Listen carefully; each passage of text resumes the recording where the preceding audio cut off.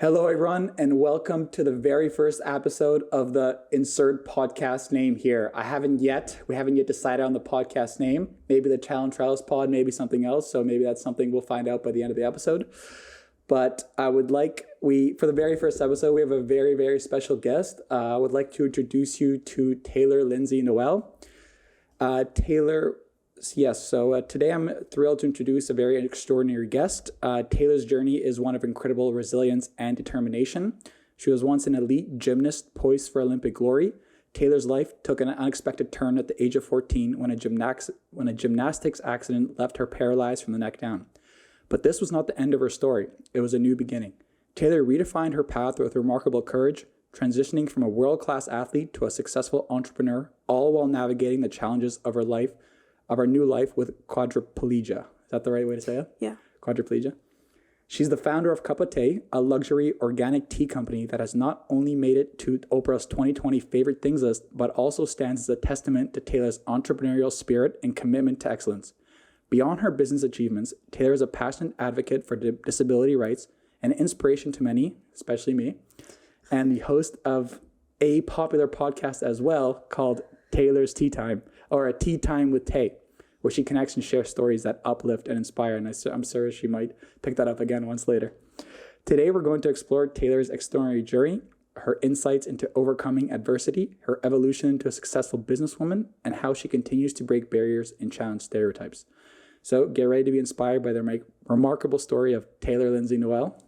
Thank you. That's very sweet. It's a very kind intro. Of course. Well, you deserve it. So I think we'll just jump into it and just start asking some questions. So for listeners who may be meeting you for the first time, could you share a bit about your background, your journey from being an Olympic hopeful gymnast to where you are today? Yeah, I started gymnastics when I was 5, and it was very evident from a really young age that I had Olympic potential. And by 7, I was a part of an elite program where I trained 5.5 hours a day, and it was my entire job, life, and identity. But when I was 14, I went to a regular day of training, and my coach had asked me to do a skill on the uneven bars that I'd never heard of, which is extremely rare. I'd been a gymnast for almost 9 years at that point. And just for people that don't know, what are the uneven bars? It's the one where you're if people imagine swinging around like a monkey, okay. Yeah. Okay, I got it. Yeah, the bars. And at that point, I had seen everything, done everything, if not myself. And so to be presented with a skill that I had never heard of was extremely rare. And something in my gut kind of told me, I don't know what's going on. But when you have the power dynamics of this coach who is like a father figure to you, he's an Olympic level coach, I'm just a child. And so I'm he, over the course of an hour and through me crying, convinced me that I was letting my fear cloud my judgment. He wouldn't ask me to do anything that I'm not capable of, and tons of people around the world do it. Back then, this wasn't the TikTok, YouTube era, so it wasn't a thing for me to really ask if there was a video to see. And so eventually, he kind of broke me down, and I decided to do it. And the second attempt, I landed head first and broke my neck, severing my spinal cord, which left me paralyzed for life. So instantly, my life at 14 years old went from being the most able person to a disabled body. And I've kind of had to reassess my life and change my entire life ever since. Mm-hmm. And I want to touch a little bit something that you mentioned earlier where because there was you were a young child, you were 14 years old, and there was your coach there who I'm assuming he probably coached other people, he probably had success for other people. And so what did it feel like? What was the pressure? What was going through your head in that moment when he's pressuring you? And what was going through your head? How was kind of your thought process behind that whole thing? Well, at first my thought process was no way I'm going to do this. If you're a gymnast and you can't picture yourself doing the skill, that's a really bad sign. You have to be able to envision it before you actually get your body to do it. And I just couldn't picture myself doing it. And I kept saying it to him. And then also it just seemed so weird that I hadn't seen it before. But he almost made me he did gaslight me because he kept saying, oh, people do it all the time. What are you talking about? And in my head, I'm like, am I crazy? Like, am I crazy for not seeing this? Come to find out now, no one's ever done it in the world, ever. Oh, really? Yeah, it's never been done before. That's what I was gonna ask. Was this something that was potentially done before? No. Was it potentially like? But in any other situation, because I know this is probably like very common with people in like athletic, with high achieving athletics, right? Yeah. It's almost the coach's job to push the boundary a little bit. But so what's like the dynamic between like your gut feeling versus like you also in your head kind of know, okay, well, this is kind of things to, Yeah, that's kind of what I was weighing is like, okay, yeah, there is a level of fear in gymnastics. There was tons of skills that I was scared of doing and things that I was scared of doing the first time or first 100 times, There is an element of fear, but this was like, again, a bit different because the vision part of me doing it was not clicking in my head. With all the other skills that I had been scared of in the past, I could still see myself doing it. I'm just like, oh my God, this is new. But this one is just like, there was a huge disconnect between my mind and my body. And that was something that had never happened to me before. So that was the biggest thing that made me feel different from other things. And also, like you said, there is a level of your coach wants to push you to do something, but the Gymnastics Federation has even deemed that this skill is too dangerous to compete. Like, it's just almost physically impossible from that height and that speed to do it. So I should have never been asked to try it. And he knew all of these things and just lied. And in my head, this coach sounds like he's wearing a tracksuit. He's Russian. He's smoking a cigarette. Am I like a little bit dead on here?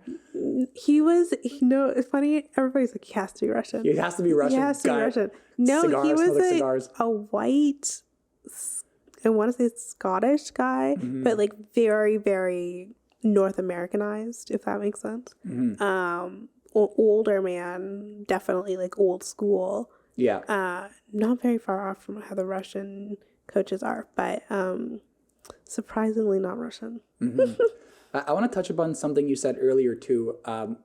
When me and Taylor have like conversations in general, we always like move to spirituality and we always move to like envisioning. And actually Taylor was telling me about how she was, she created a vision board.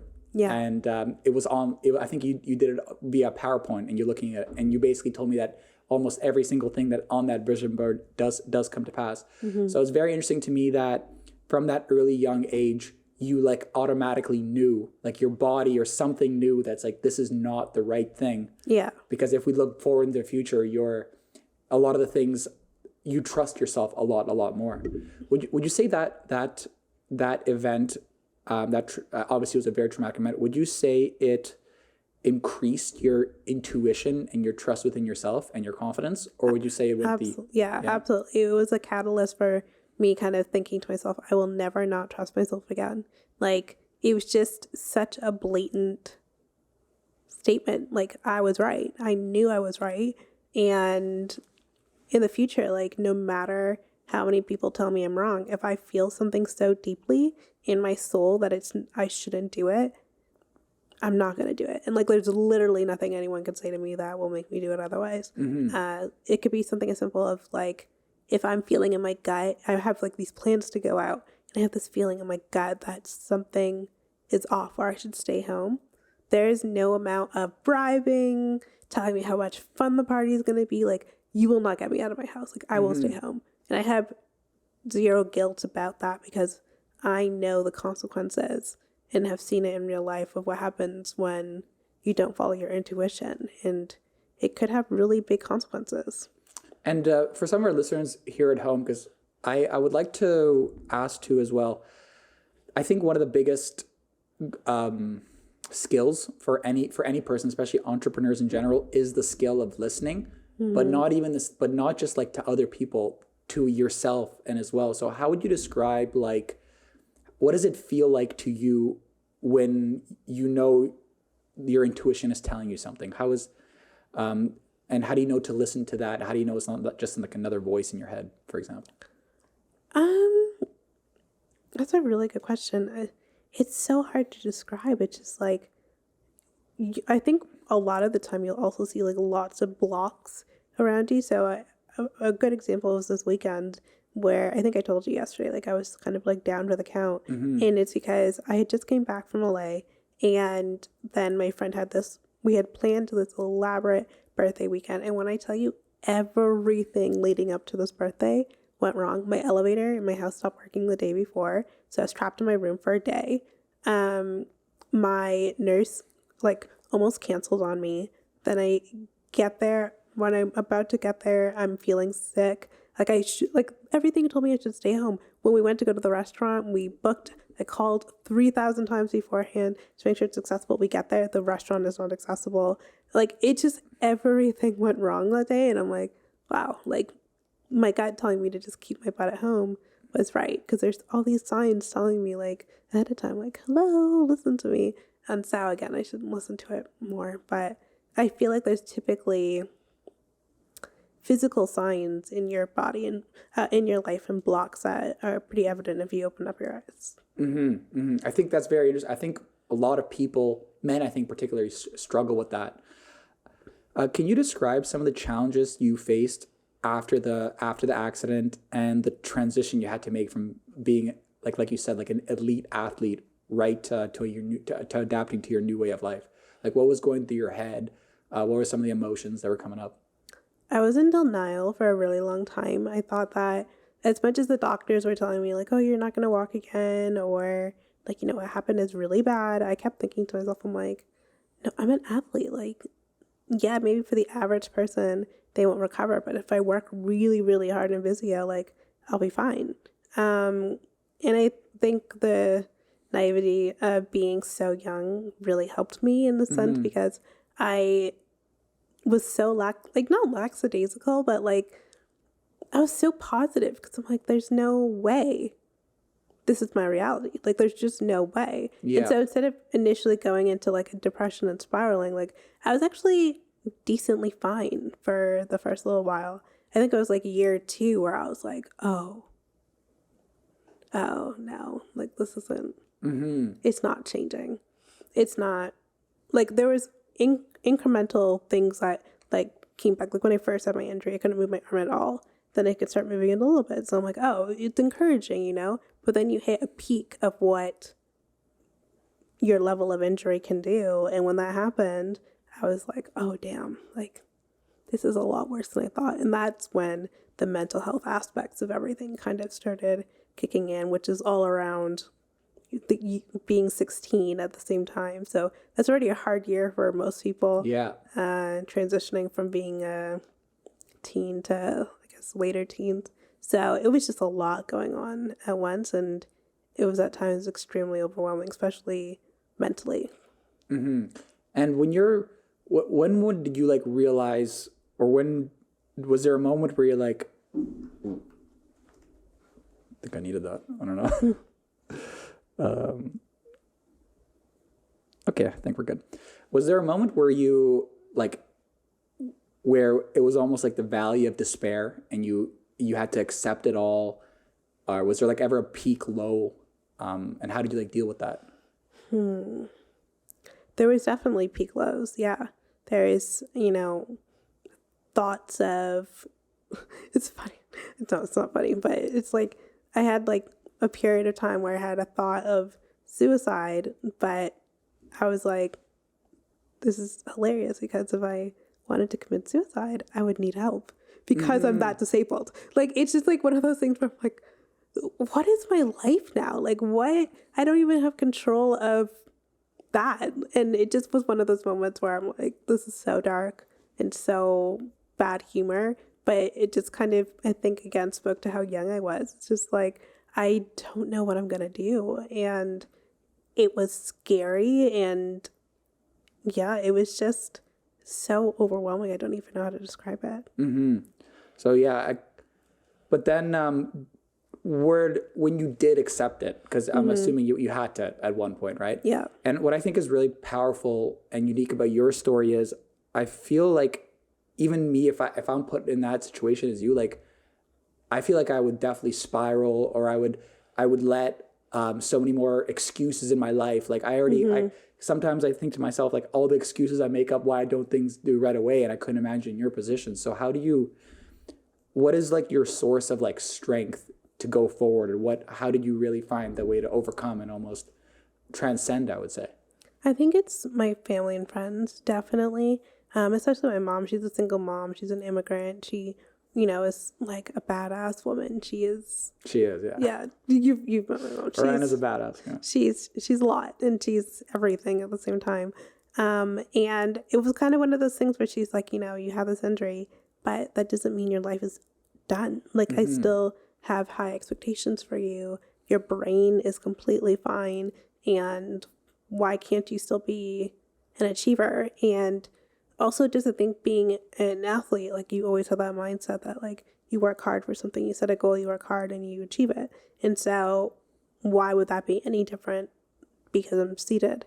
It isn't. So I kind of had to change my goals where I'm not going to be a sports doctor anymore or an Olympian, but I can still be something, and I can still do that something to the best of my ability and be pretty boss at it. And so, yeah, I just pivoted my goals and found what would be my new journey and really dedicated myself to schooling and education and grades really, really hard. And that's led me to everywhere I've been since.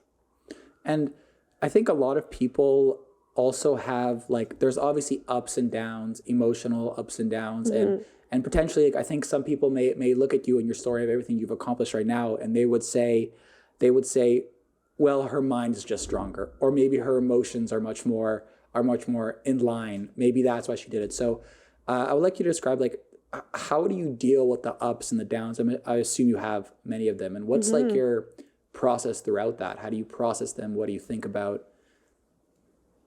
I think a big part of it is allowing you to feel your feels. I don't dismiss my feelings. Like, if I'm having a bad day out of nowhere, like, I allow myself to. I think so often we try to, like, brush it under the rug and we're like, no, I'm fine. It's like, no, I'm having a really, really, really, really bad day today. And I'm going to cry, and I'm going to be upset, and I'm going to allow myself to feel pity for the day. But then tomorrow, we're going to pick myself up and keep it moving. And I think that when I will give myself the time to be human, I show up a better version of myself when that passes, because everything passes. I'm a huge believer that I was given a second chance at life, and so why am I not going to be grateful for the fact that I'm still here? Like, the difference between life and death for me was like 5 pounds. That's 5 pounds heavier. The weight of my body would have essentially crushed my head. Wow. And so when I realized how thin that margin is, I'm like, oh, God really wanted me here. Like, he didn't have to keep me here. So who am I to be ungrateful? That's really interesting. Sorry, I was just checking the audio just to make sure it's good. Throughout your journey, I remember what I was going to say, Paul, this is a note for you later on. Feel your feelings, because every time I don't feel my feelings, I have big problems too. Oh yeah. I think this is actually a struggle with a lot of people, because for me in particular, I can only speak from my own personal experience, but it seems to me something that I've just learned right now is, like, you don't avoid things. No. You feel them, you head them head on. There's no snooze button on these things. Yeah, and I think a lot of people, especially in this generation, there's a lot more, these emotions, you shouldn't feel them. You should feel these ones. And then those get pushed away or avoided with whatever, drugs, alcohol, marijuana, whatever, those kinds of things. Yeah. But it's like physics, it comes right back. So do you find that taking the time to process the emotion in whatever way that you need it to be processed, is there always like a lesson in that emotion, or is there something that, like, it's trying to tell you? Yeah, I think it's trying to tell me, like, I feel like I you know what's so funny? I don't feel like I've gone and had as many roller coasters as people would expect. I think for me, it kind of comes in stages. Like when I'm hit 16 and people in my life are doing, like when you have these like really monumental stages in your life where you're a teenager and you start dating, and that's just not my journey at that time, and seeing my friends and family and doing those things, and I'm like, wow, I'm reminded that I'm other. It's in these like really monumental steps in life where I'm reminded that maybe I'm going to be a little bit behind because of my injury, or maybe that's not going to be something I experience. Like, I think right now, being 30, I have some friends who've had babies, and I don't see myself giving birth naturally.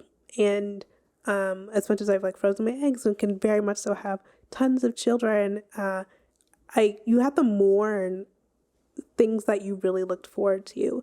And so I find I get these emotional ups and downs, ebbs and flows at these monumental stages, and not so much in my day-to-day life. But the best way to deal with it is like, okay, if I can't have it what I want in this normal way, what is the best way that I can achieve that for myself and in my own body, in my own unique, different way? I always try to find a solution. I think that's such an important lesson, what you just said there. I think because a lot of people, maybe they're not the smartest, they're not the brightest, but they, like you just said, what faculties do I have to use? Mm-hmm. Obviously it's not as extreme as you, but the fact that you can do it, you haven't given up, and it almost like fueled you to inspire. I think a lot of people will view this as like, oh, I can do it too. It's very possible. It's not, I feel like excuses, and I'm guilty. I love excuses, trust me, you know, but I feel like they're all great, but they're just there so you can cover up like your potential. Yeah. You know what I mean? Does that make sense? People are terrified of their potential, and I'm not. I have the most wild, crazy aspirations, but to me they're not wild. Like, to me they're like, oh yeah, I'm going to do that. Like, without a question, I will achieve this crazy dream. I'm not scared of my potential, and I think that when people are like ashamed to think big or feel weird if they have this monumental dream, they're like, oh, that could never be me. In my head, my mind is like, why not me? Yeah. You know? So it's almost like, and there's something that I want to bring up that I just thought of, like in your tone. Sorry. That's okay. It's okay. Within your tone, I almost feel like it's a bit of like a cavalier attitude towards the goal, where it's almost as if like, it's like an assumption of like, yeah, like it's going to be done. And do you think like that assumption is what, like, just because you assume you can get it done, it just almost propels you towards getting it done? Yeah. Oh, I love proving people wrong. I love proving myself wrong. I think that if there's a glass ceiling, I'm always the first one wanting to grab a hammer and smash it. Like, that is why I'm always seeking. Like, breaking a barrier is my high. I don't need drugs. Like, me achieving a goal that somebody thought that I could never do is like my natural high, and how I really, kind of pan out a lot of my life. Like, it's not like I have anything to prove to the world. It's more so to myself. I want to make sure that I live the most full life that I would have lived if I wasn't in a wheelchair. Like, that's why in every aspect in business, I want to be as successful in business as I would have been if I wasn't in a wheelchair. In relationships, I want to make sure I don't settle in a relationship and have high expectations and standards for myself that I would have if I wasn't in a wheelchair. Like, to settle in any aspect of my life would be a monumental failure to me, and a failure and disservice to myself. I think that's such like an admirable mindset, and I feel like it's more than just a mindset. It's almost like it's like your spirit, like your just the way that you like approach life about it too. Now, like, a lot of times these things, I think when you hit the table. Oh yeah, okay, there we go. Sorry, yeah, I just don't want that to like be like yeah for your editor. No worries. What was I saying? I said it would be a monumental disappointment to myself. And then I don't remember where it's. I forgot. Sorry. No, it's okay. What inspired you? Okay, so it's a bit of a timeline here. So you're 14. Yeah. Do you want me to move that up a little bit? Is that annoying? No, I'm just moving that there. Okay, cool. So you're 14. You, and this is something actually you told me on one of our chats, and I have this image in my head. I thought it was so funny, but I loved it so much. And I just want to see if like this is still the same story. So I remember we were. So you're 14, you have this accident, and then I remember you told me this, and I was like, I still remember this. I don't know why. I forgot. It was maybe our third call. I still remember this, and I'll never forget it. And and I remember you said something that really inspired me. It was when you were starting Cup of Tea, you didn't tell anyone. You like, from what you told me, and I still remember this, you just wheeled yourself into your room. Like you literally just wheeled in your room. And in my head, I have the image of like your wheelchair moving into the room. And then you said, yeah, I just stayed there for like 6 or 7 months, didn't tell anyone, came out with a tea company. Yeah. And I was just like, that's so cool. Yeah. That's just like the spirit, like would you say, is it a stubbornness or is it like, 100%. I'm so stubborn. Like, and that stubbornness is because I didn't really tell, like I told maybe like a couple, like 2 or 3, maybe my closest girls, like 3 or 4, but I didn't want to tell like the world because, or like say, oh, you know, a lot of branding now these days, you show your entire process and whatever. I did not want any of that because I didn't want anyone else's opinions. I didn't want anyone to get in my head because I was like, I'm going to do this. I want to do this. And I have a vision for it. And I don't want anything to get in the way of that. And I think, again, in trusting myself, I knew that it was something so out of left field for people. Like, who dreams of having a tea business? Yeah. No one. Literally, you don't, when you're 7 years old, you're like, I want to be a firefighter. You don't like, I want to own a tea business one day. Like, that doesn't happen. And so I knew that if I told a lot of people that I'm starting a luxury tea business, they'd be like, huh? Why? Are you sure? Yeah. Why would you want to do that? I did not want that. I was like, I'm going to grind and I'm going to show up and show people that this is what I've been doing and surprise. This is a mistake that I often make. And I ever since we had that conversation, I really started to like be much more conscious of it. But like I would tell, for example, like if I started my hat business, I would tell my mom about it. And like, I just wanted like confirmation, but she thought it was a dumb idea because like the same thing, who's going to start a hat company? Yeah. But that influenced me in a bit. Right.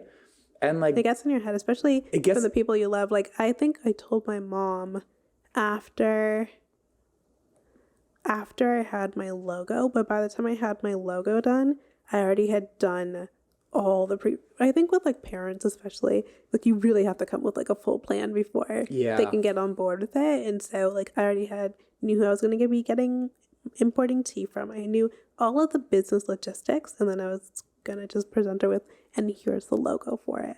Oh, and also I've done all the work already to get that here. So just be prepared for stuff to show up at our house very shortly. And I need the garage space things. But yeah, I came to her at that specific time, and I wanted her approval of my logo because my mom has such an artistic eye. She's the one who helped me decorate this place. Like, she's a very artistic. This is a great place. Thank you. Maybe I'll take like a quick little video after, so like in the intro, you know what I mean? Yeah, she's very good at interior design. She's very good at anything that making things look beautiful. So I felt really confident in my logo, and so showing that to her was a huge step for me in that process, because I'm like, wow, like I've worked so hard, and I really, we always take our parents' approval, and when she said she loved it and was on board with it, I was like, okay, I'm doing something right. It's something about like particularly a mother's approval. Yeah. You know what I mean? Like for me too, it's like I want to tell my mom things, but it's like I also taking the lessons like maybe it's not the time. Yeah. Maybe it's the time. But what I really like about that is it shows that you weren't seeking like the cheap dopamine hit of telling people you started the business. Mm-hmm. You just wanted to go and get into the work, because I think I know for myself sometimes I'd tell me, hey, I'm doing this, this, and this, and I feel good. But then I don't do it, so it's almost, that's the worst part, right? So. That's another thing too. I didn't want to have anybody like on my on my aspect. I didn't want people to be like, oh, when is it going? When is it happening? When is it? So how's that little tea shop, huh? No, I was like, I'm going to take my time. I want to do what I want to do in the time frame that I want to do it. And you'll know when I'm just about to launch. Yeah. Kind of thing. I love that. Yeah. I love that. That's a big lesson. Move in silence. That's definitely going to be a short form content right there. I like that. So how did you come up with the unique name? It's I still puzzle about myself sometimes too. How did you come up with the name? How did you come up with the concept and what sets your brand apart? So the brand came about where I had the podcast Tea Time with Tay, and I wanted a tea sponsor, and I couldn't get David's Tea's attention. I wanted their attention so bad. I drank all of their teas constantly in every episode. I would talk about the tea flavor because I was like, incorporate branding right from the beginning and make it authentic. And I really loved tea. I really did.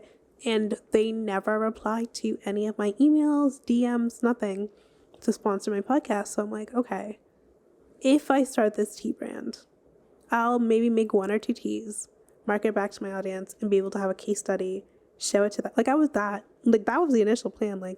Create a case study, show that you can convert, and then present it to them, get sponsored for your podcast. But then in the process of figuring out how to make 1 or 2 teas, I'm like, why am I putting all this work in when I could be having everybody always says you want to make money when you're sleeping. I'm like, this is my opportunity to make money while I'm sleeping. And if I'm going to do it, I need to commit to it wholeheartedly. And so it just kind of spiraled from there. I'm like, okay, if I'm going to do a tea company, I'm going to need at least 10 teas. What am I going to call it? Okay, cup of tea. I looked it up. It's already taken. I'm like, damn. And then cup of tea. And I'm like, okay. And then I always like anything that has a play on a name. And my name is Taylor.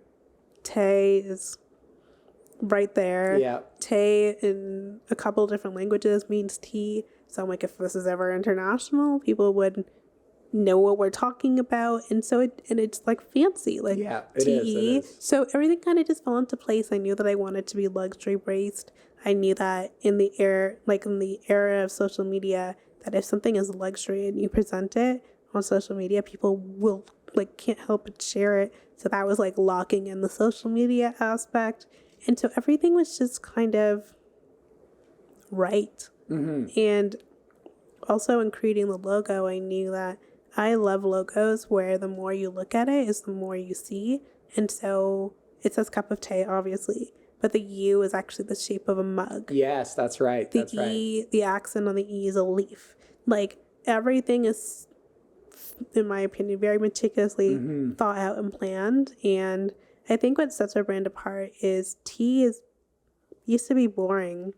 I feel like tea used to be something that we didn't really get excited about.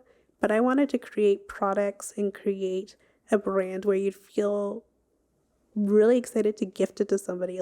It wasn't nobody's going to gift you a box of red rose tea. Yeah. You know what I mean? But somebody would gift you a box of cup of tea because it's an experience, I feel when you have it. And I wanted to bring back the experience of having tea and make it into something that people want to share with others. I had the best conversations over a cup of tea in my house, and I wanted to evoke that in other people.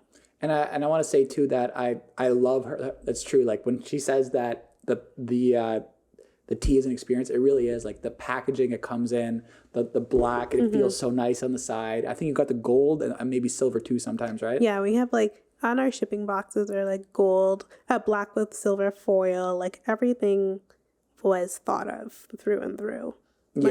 I'm really proud of what I was able to create with the brand and how much time and thought went into every part of it. Yeah, so if you guys check that out, it's cupoftea.com or cupoftea.ca. Yeah. Special code Paul, it's actually 10% more. Try 10% more of the price.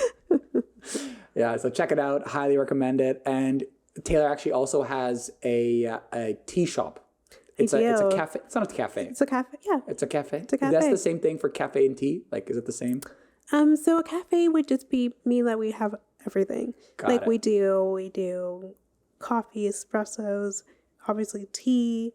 We have baked goods. We have gelato. Like, it's a full cafe. Oh, and it's good too. Yeah, like I went over there. Every time I'm over there, like the teas are good. Like I like the peppermint tea you had. That one was really good. The food was Peppermint amazing. devotion.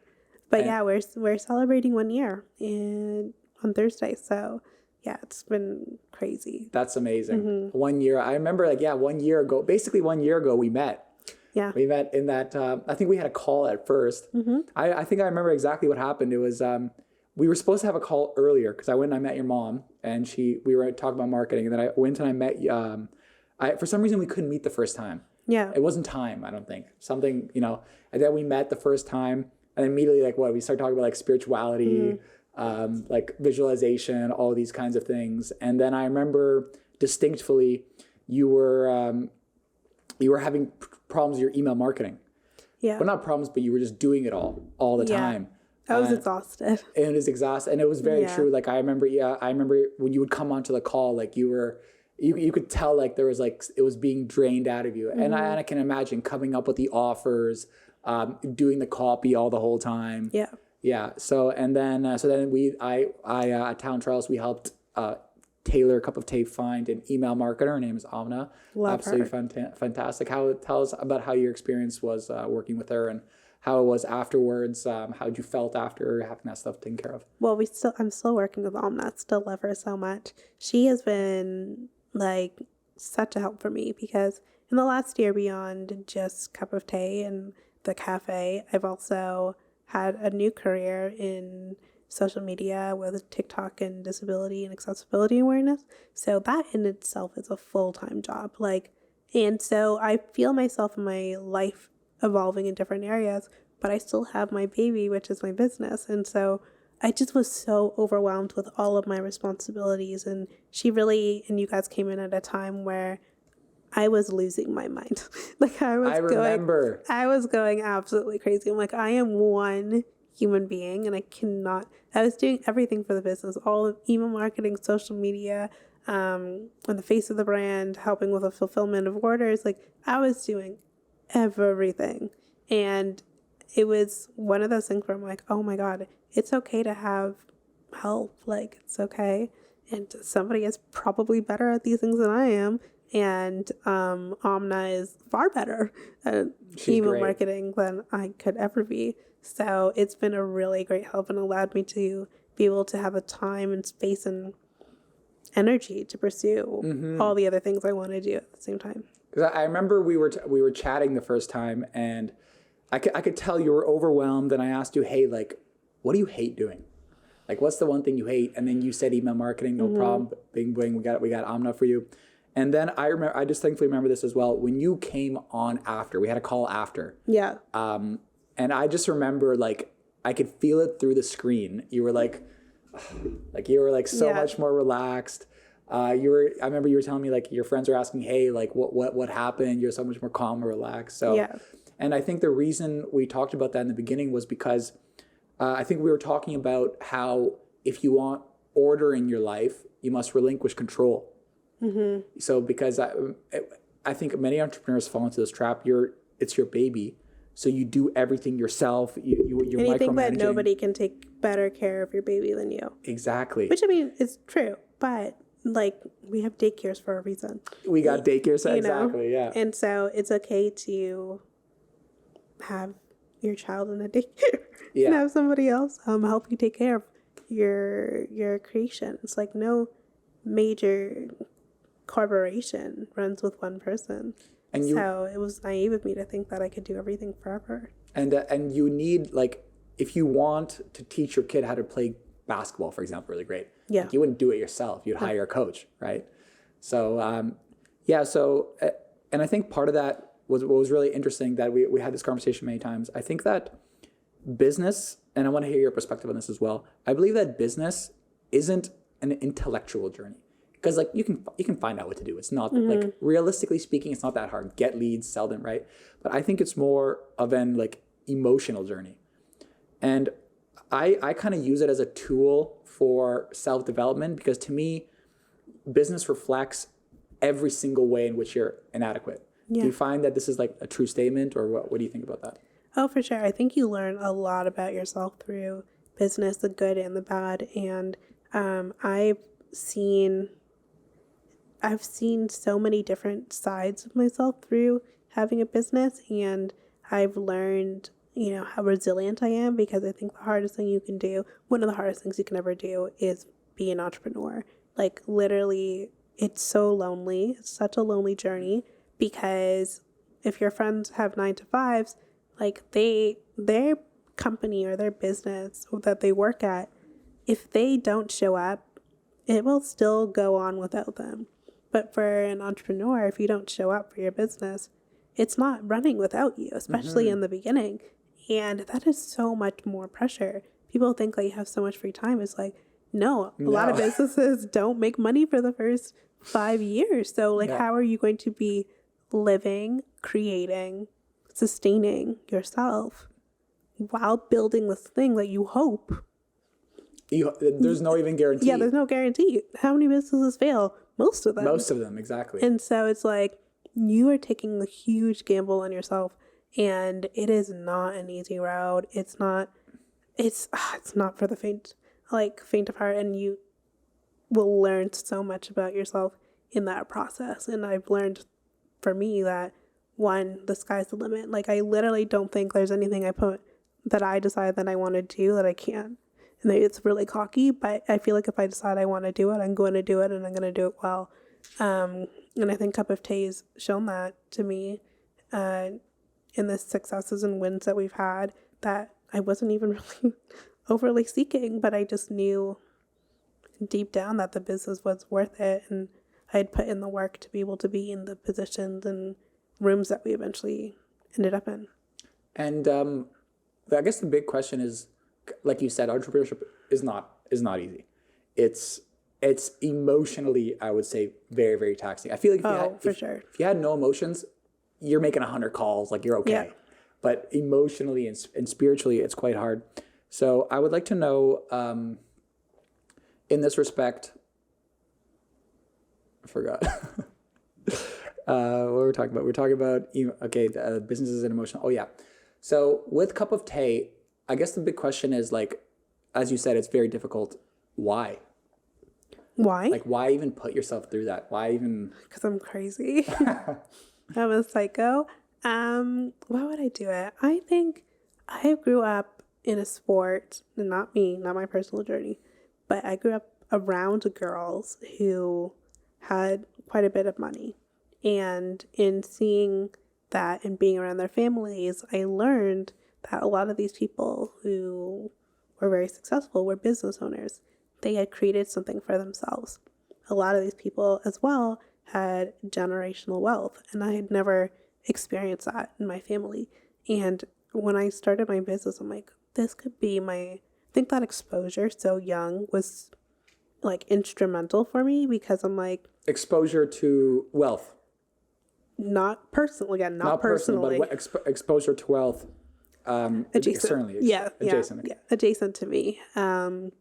Really opened up my eyes that, like, whoa, there's a whole other life, like lifestyle, freedom that comes with that. And so I wanted to create something for myself where also my life is expensive. Being in a wheelchair is expensive. Yeah. I have nurses. I have the jetpacks you got to put on there. And I'm like, how am I going to live for the rest of my life? Like, my life will be more expensive than, for instance, your life. Yeah. To sustain myself, like, for the rest of my life. I eat a lot of rice, but I didn't want to work only to survive. I wanted to be able to create a life where I can actually thrive. And the only way, like, with a job, you have a glass ceiling with, like, how much you can earn. And with a business, if it's successful, you don't.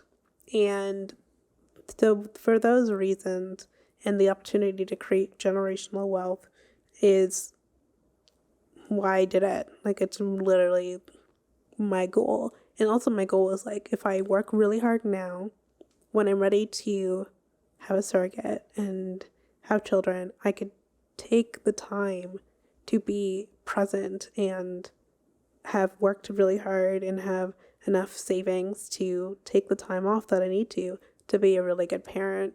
Now, I will always do something else in the meantime as well, but just having the security of knowing that if I wanted to take off a year or two to just be a present mom, then I can. And yeah, I think I'm just about there. So I agree. I think freedom is like the ultimate thing for me. Like for me specifically, I think we're similar to this. Like I just can't think of a life where like I'm not at least at the helm.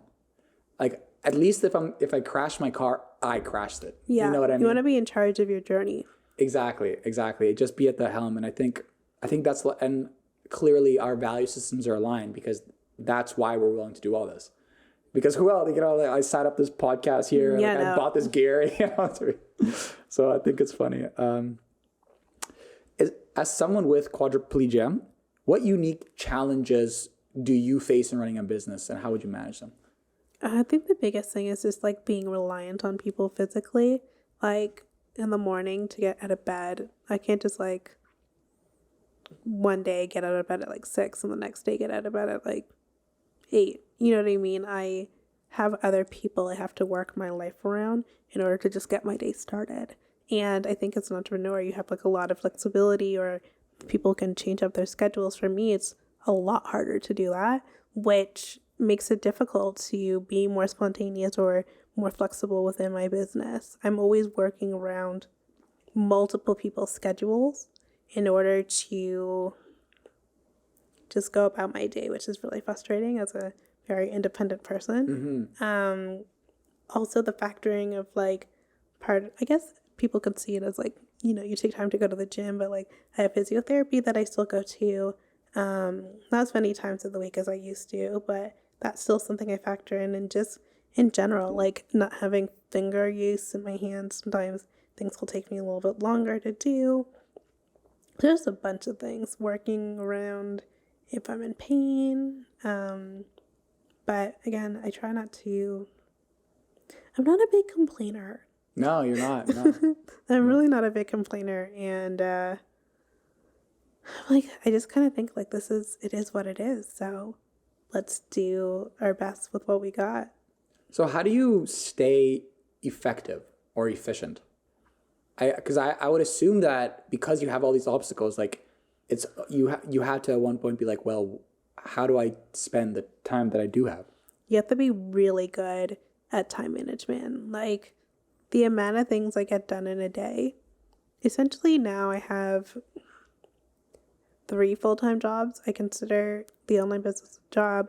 I consider the cafe kind of another job because it's different, very different than the online business. And then social media. Like I have 3 full-time jobs. And it often surprises people how much I can get done in a day. But it's just for me, like there's sacrifices that come with that too.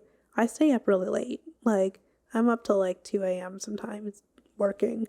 And that's just my life and my lifestyle because it's what I want for myself. Like I have the bigger vision and I have like, again, these very delusional dreams that, well, delusional to other people, but realistic to me that I'm really seeking after. And I know that I have to put the work in now in order to get there. And so I just keep that at the front of my mind, and the day-to-day of it doesn't really bother me because I know where we're ending up and it's a really great place. And what is your, like, how do you get all the drive to do this? Like the athlete, the drive you have to do all these things. Like you have the vision board. Like what are some of your beliefs, spiritual or non-spiritual, that you think either attributed to like some of your success, and like what's your model of the world per se? My belief is that there is no limit to what you can do. Like I'm constantly trying to outdo myself, and in outdoing myself it just creates bigger and bigger opportunities and bigger challenges, but also bigger wins. And so I'm kind of constantly in competition with myself. I'm a very competitive person. I've always been a very competitive person, and it's just morphed into, like, before I was like, when you're younger and you're an athlete, it's competitive against other people. But now that competition is just myself, and it's a really fun race to watch. So, and you know, something that I think is important too is a lot of people compare themselves to other people. Yeah. And that doesn't get them that far. No. But I think what people don't realize is that if you only compare yourself to the person you were before, you're going to like exponentially increase. Yeah. Because eventually there's going to come a point where the person you were yesterday is better than the best people in the world. Yeah. But if you would stop if you're just comparing yourself to others. Oh, me a year and a half ago was significantly different from the person I was when I was 25 to the person I was at 21, 19, 16, 14. Like, the amount of evolutions I've had in a very short time is insane to me. Like, I feel almost like a chameleon. So it's like, my friends always joke, they're like, what are you doing next year? Like, are you going to be in a movie and win an Emmy? I'm like, maybe. Like, I have no idea, because I'm always open to, you know, opportunities that the universe wants to throw at me. So I'm just ever evolving. It's really fun. Now, are you going to be in a movie next year? I actually just landed a role in a show. So congratulations. That's amazing. That's amazing. I'm starting filming in December. So not a well, can you win you can win an Emmy for a show. Is that on the vision board? Maybe. Is that on the vision board? Not directly, but maybe I should put something on there. Like, that would be kind of funny. Yeah, it's just like another opportunity that kind of landed in my lap that I'm like, this is really fun. And I shot a show last year as well, for an Amazon series, which just has been delayed because of the writer's strike. Mm-hmm. But yeah, it's coming out hopefully soon. It's supposed to come out this summer, but send me it. I'll watch it. I'll 100% watch it. It's actually it looks like it's gonna be a really good show. Oh yeah, I'm really excited. Now I'm excited. Now I want to know too. So what kind of opportunities have you had it as like leveraging your story and all this kind of thing? I understand that. So tell us a little bit more about, because I know you've had deals with Oprah, for example, for her favorite things list. So how did that come about? Her team found us on social media in the peak of the pandemic and reached out and said they wanted to consider us for her December issue, which is her favorite things. I knew that because I'm a massive Oprah fan my whole life. And so it was insane. It turned into weeks of sending our products to her. I remember specifically like kissing the box that was going to like her home in Santa Barbara. I was like, this is like, I have Oprah's address. Like, this is insane. Wow. This is insane to me. And we literally sent product to her home. And to know that she would like open up our product in her house, try it, and like give the feedback of, yes, this is good enough to be on my list. It's just And insane. You kissed the box, and she probably touched the box. Yeah. So by the transit of property, you kissed Oprah. I kissed Oprah. Yeah, pretty much. That's a good clip right there. She kissed Oprah and I are really close. I kissed Oprah. No. And it was life-changing. Mm-hmm. Like, it was... Did you ever get to meet her? I never got to meet her because of the pandemic. That's right. Yeah. And even the year after, where they're like, oh, we can maybe do that. Like, it was still kind of the pandemic. Mm-hmm. So that never came yet. Haven't met her yet. But I will. Yeah, for sure. Obviously. 100%. Obviously. I remember I met Tony Robbins one time at this event, and I shook his hand, and he's a big guy. I don't know if you ever met him. He looks huge. He's huge. He crushed my hand. I had to get it prepared. Mm-hmm. No, I didn't. But I was just like, I told him, hey, I'll see you again. So we'll see. That's my guy. And what about, and you've also had some partnerships with the NBA, the WNBA. Mm-hmm. How did that come about? By the way, I just want to say, so you see, she got that opportunity by posting content, getting out there. That's the most valuable thing. Yeah. That's the most valuable thing, yet no one does it. Yeah. Well, I don't do it. Now I'm doing it. So the WNBA, the NBA was first, and they were celebrating their 75th anniversary, NBA, and they wanted to create unique items with a variety of small businesses, and they found us again on social and loved everything about the brand. So we created a limited edition 75th anniversary bundle with them. It was a beautiful silver box with like all the like WNBA logos and everything. It was such a beautiful collaboration. I got to bring in my photographer that I use for my business, and he was the official. I like pleaded with them. I'm like, I will do this as long as you allow me to use my own photographer, because I wanted to use our team. Because I'm a big proponent of like, if you're in a room of opportunity, like open that door and try to bring someone in with you. And yeah, he shot my Oprah stuff, and he also shot the stuff for the NBA, and it's a huge opportunity for him. So it just was like the perfect thing. And because our collaboration went so well with the NBA, that was an introduction to the WNBA. So we also did a collaboration with them, which was really fun, for their first ever game in Toronto. And it was wow, great. That's amazing. That's amazing. Mm-hmm. So from all the actions that you've done, what do you think some of the key business actions or actions in your life that have produced like the most results for you? I mean, there's nothing bigger than Oprah. Like, yeah, true. That Oprah was, to this day, still gets me indoors. Like, she just has it's Oprah. Like, you know what I mean? It's exactly. Oprah. Yeah, so I think that was definitely the biggest one. But truthfully, every opportunity that I get kind of opens up a new door. Like when I got our products into the Grammys and Oscar gift bags, like the press from that, I think was the first time the NBA reached out. Like, we saw this in the press and we checked out your page and we really liked it. Like, how is the Grammys? Can we do something together for the 75th? And so everything leads to the next thing, because the industry outside of the tea industry, but like media industry, is very small. So when there's a whisper about a brand or something, that travels really far. Mm-hmm. And what I've learned in business is that you never, ever know who you're talking to. Like, you never know who they know. The person who reached out to me initially for the Oscars and Grammy gift bag, he reached out to me because he went for lunch with somebody who was sitting home that day and had seen my story on the news, and she just happened to like remember it. And when she went to, oopsie. All good. And when she went to lunch that day, and he was talking about, oh, I'm so frustrated. Like, I'm looking for one more item for the food category for the Grammys, but I can't find any story, or I can't find any businesses that are going to really move me. And she was like, oh, I saw this thing.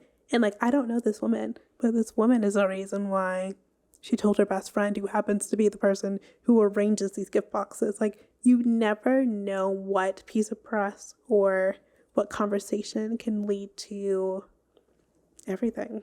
Mm-hmm. So and so the putting yourself out there, and this is something actually my dad told me the other day, and something that stuck with me. It's almost like, sometimes you get these like, people are telling you something, but it's not like, I feel like it's not them. It's like a message, but it just like translated to them. So he told me something really interesting. He was like, Paul, you have to be open to receiving. Mm-hmm. You have to be open to receiving the either gifts, or when people ask you give you help, you have to be open to it. And I really thought about that, and it was really interesting because it came in a moment where like I realized I wasn't open.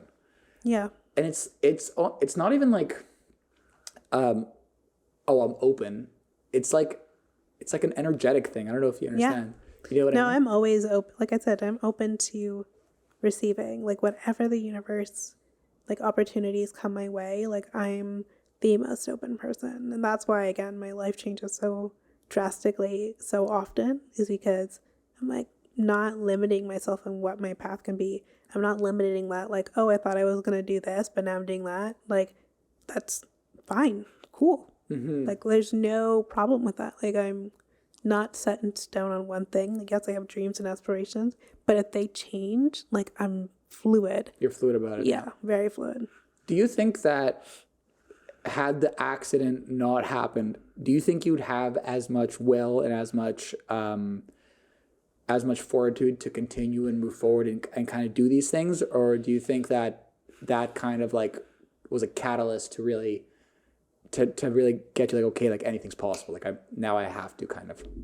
I'd like to think that it'd still be the same person, but I mean, trauma changes you. Yeah. And it's impossible to know. I think that I would have really good work ethic. I don't know if I would fall in line and just do something average and not overly challenge myself, but I also don't feel like that's me. I feel like I'd still find a way in a very different, I wouldn't have opened a tea business, I can tell you that. Yeah. But I feel like in whatever journey that I did, I would find a unique way to transform it and make it more than what it usually is. 100%. So you think it was like, it's always within you. Yeah. And then 100%. So I know from your TikTok and your socials, you've advocated for accessibility and inclusivity, especially in educational settings. So how has this advocacy impacted others, and what changes do you hope to see more in the future? I hope there's a lot of changes, first of all, but it's been really great to see the conversation get started, or like not get started because I'm not the first person, but just contributing to the advancement of inclusivity when it comes to disability and accessibility awareness. Like, it's so important to me. It affects my every single day life. And when I meet somebody who watches my videos and like, oh my God, like I watched one of your videos and I went out for dinner the other day and I noticed that this place wasn't accessible. So I told the manager they need to fix it. And like little things like that just make me feel so happy because it's like, it's resonating with people. I try to make all of my videos from a perspective of, again, education, but also I'm not saying that it's bad if you aren't aware, but now that you are aware, use what you know now to help make a difference for someone else, because our community, the disability community, is one of the only one that most people in the world will eventually end up in. Like, there's no other group of people in the world, like, say if you're, or intersectionality, like being Black. Paul, you're never going to be Black. Sorry to break it to you. Maybe I do ancestry. I might find a couple percent in there. I will never be white. Yeah. You will never, well, I guess again, but like, you're a man. I am a woman. Oh yeah, but, I guess, yeah. Yeah. But disability is one of those things where almost all of us will eventually have one. If you're lucky enough to get old, you will eventually have a disability. So it really does affect the stuff and work and advocacy I do. It's not just for people who look like me today. It's for everybody eventually. And I think that's the thing that really I've been trying to really knock into people's heads is like, I'm advocating this hard so that you don't have to advocate for this when you're 70. When you're 70 or 80 and you have a walker and you wish that somebody thought to put a ramp here or somebody thought to make this more accessible for you, know that that work was put in years ago and the thought process and the future planning was already there. So, yeah. That totally makes sense. And I think that also just you being you, like your spirit, the things that you're doing, I think that is just like in and of itself just showing you, hey, like this doesn't have to be the end. It is a new beginning. There's new challenges. I think what's really powerful about your perspective is like you just see it as like a challenge. It's not like whatever the opposite of challenge is, like a detriment. It's not like a burden. It's like, okay, how am I going to do this? And I think that's so. Were you always like that? Were you always like, okay, how do I? Not why can't I? Like, how do I? I don't think I was that much when I was younger. I think I was very, like, I've always been a very obedient child, like, not really questioning when I was younger. But I think my accident changed that for me, where I'm just like, okay, like, how do I forge my own path? Like, how do I change this? How do I, like, I ask a lot more questions. I'm a lot more curious now. I'm a lot more vocal now. And yeah, I think that just transforms over time. I'm also significantly older, so. Yeah. Yeah. And you were talking a little bit more about, like, you know, obviously you're right. Like, I'll never be Black. You'll never be white, these kinds of things. So especially for you, you're like in, I guess I don't know what the right word is, but it's like a marginalized group also marginalized group, because not only are you a Black female entrepreneur, which I think is a group of itself. Actually, one thing I want to tell you, I actually went to a Black female entrepreneur event yesterday. So I met some interesting people over there. So I'll tell you about that after the podcast. But also being disabled in business. So as a Black disabled woman in business, what has your experience been like? And what message do you want to convey about breaking the stereotypes and biases?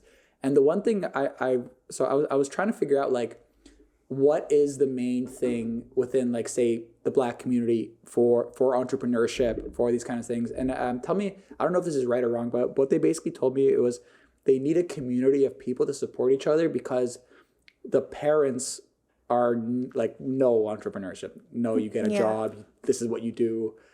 Is that kind of like what it is?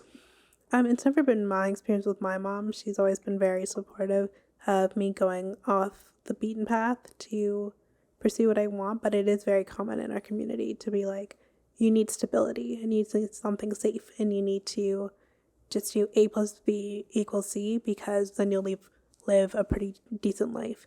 And there's not as much room for the creative. There's not as much room for the more dangerous side of taking a risk on yourself. And I don't think that's promoted enough within our community, and being Black. But I think our generation is changing that. Like, I think through the internet, we've been opened our eyes to some of the things I was exposed to as a child. Now people can see on social media and other people and they're like, oh wow, like there's a whole world out there. Like, I don't have to just be a doctor and be miserable if I don't like science for the rest of my life. Like, I can find a career, make a lot of money in something that I love. Our parents might not understand it right away, but you can get there. And I think definitely, like, the narrative is changing, but for sure, like, I get it from their perspective too. Like, you know, our parents grew up, well, our grandparents, I know my grandparents grew up in the Great Depression. They probably instilled some of those lessons of security into It's a fear mentality, the fear of like lack of stability. That's really real. And I don't underestimate what their traumas are in terms of like trying to create a stable life for themselves. It's just a little bit different now. And it's okay to listen, but it's also okay to do your own thing. It's your life. So it's like, and I think another thing to tie into what you said earlier, I think it's good to just like, don't tell them, just do it.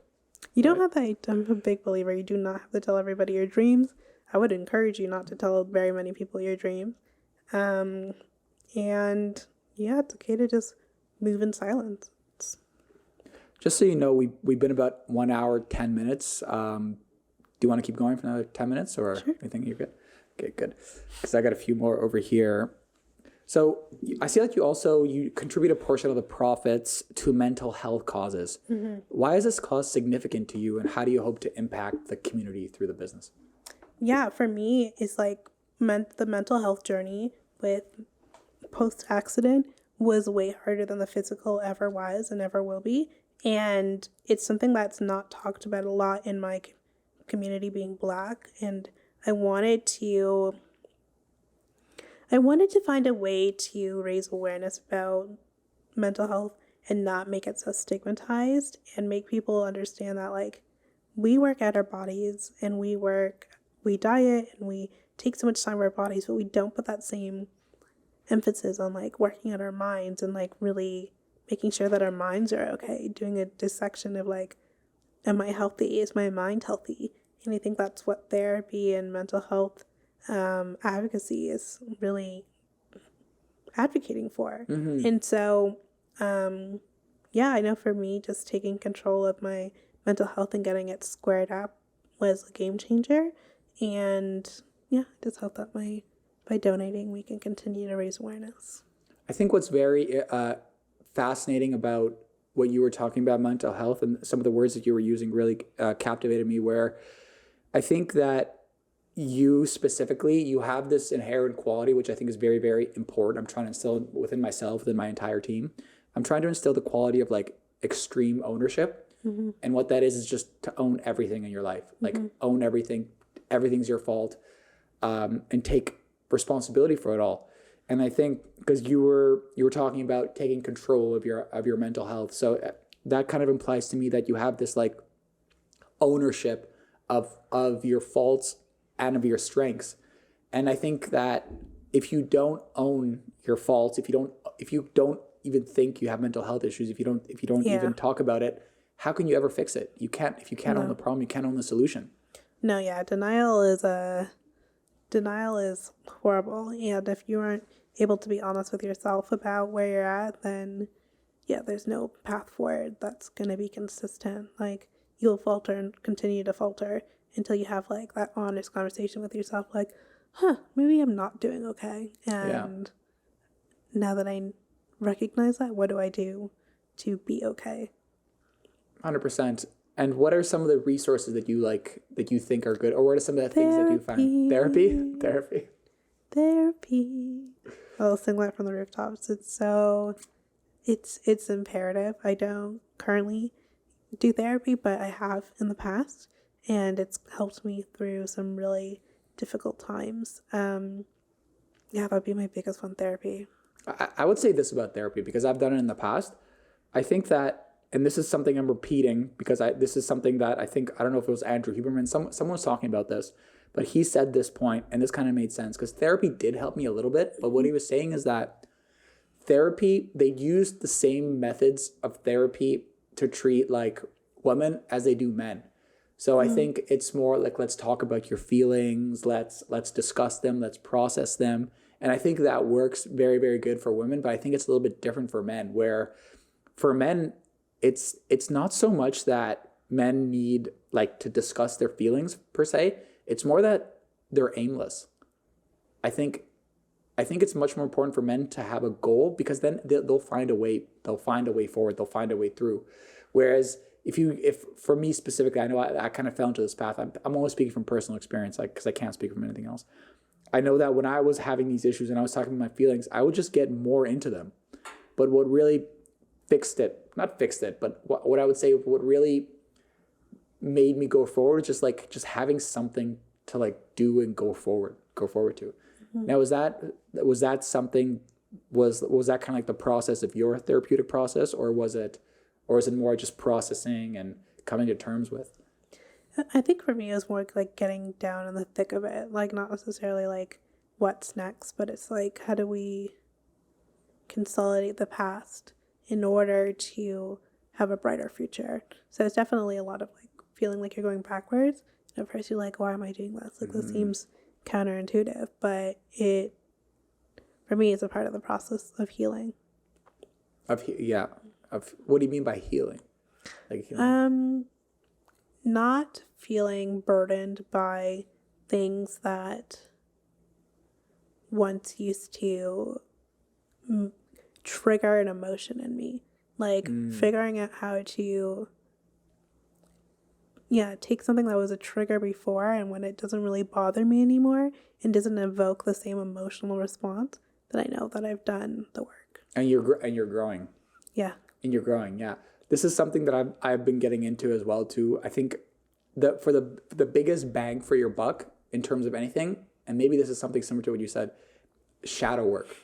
Shadow work. It's like looking at your like the emotions you don't like to feel, grief, sadness. Why do these things make you angry? Why do these things make you upset? Why do these things trigger you? Because I think those things are like metaphorical sandbags within you, and you can use your will, like a hot air balloon. You can use your will to float up, and the sandbags are drop you down. So I think what you're describing is like a process of like, I would say releasing, right? Yeah. Yeah. Definitely. I got a few more here. And what are some of the most, no, I think you've answered that. What are your future goals for Cup of Tea and your personal endeavors? And are there any new projects or directions you're particularly excited about? I mean, always new projects, but again, most of those are in silence. That's true. Silence. But I mean, one aspect of my life I'm exploring more is like acting, actually. Yeah. So acting. Yeah. Acting. Acting. I'm an actor. Yeah, I just feel like there's been more opportunities. It's becoming more inclusive in film. So again, open to those opportunities. But I think the biggest thing for a cup of tea is I actually see myself like, selling. I feel like I have so many different aspirations that I feel more passionate about currently. And selling doesn't mean like stopping the business. It means that like somebody else will take what I've done and continue to grow it. And I still want to have like a portion of it and still get residuals and I'd be happy to still be the face of it.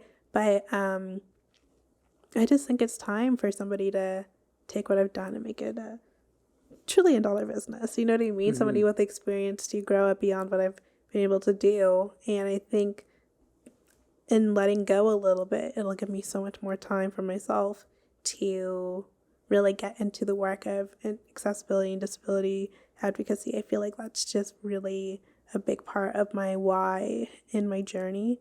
And I just feel really passionate about going after that with my full force. So who knows what. Have you always had this like sense of why or sense of purpose, or is this something new you developed? It's new. It's definitely new. When you have something so traumatic and life-changing happen that young, you're like, why the heck would this happen to me? Like, I was 14, I wasn't a bad person, I didn't kill anybody, like, why me? But now I feel like in my why, I understand that I probably have one of the better attitudes, composures, resilience to be a change for this community that's so often overlooked. And maybe my position in life is to leave a really big, lasting impact and positive change. And I just feel more and more like I'm doing the work that I'm supposed to be doing the more I do Access by Tay, like my TikTok and Instagram and public speaking and things like that. Do you ever feel like guided per se? I do. I feel like there's like, I can't see the end of the plan, but I definitely feel like I'm on a course that was made for me. Like I don't feel lost. Mm-hmm. Even if I don't know where I'm going next, I don't feel lost. I'm like, okay, trust the process. That's good. So it looks like your spirit guides are looking out for you. Yeah. Awesome. Well, to wrap up, first of all, thank you so much for coming on. I think this was great. I think we went a little bit over an hour, which is great. Good, a lot of good things. I think it's very, very valuable. I know I'm going to be reading over it and looking over it again. So to wrap up, what overarching advice or message would you like to leave to our listeners, particularly those who may be facing challenges or seeking to start their own ventures?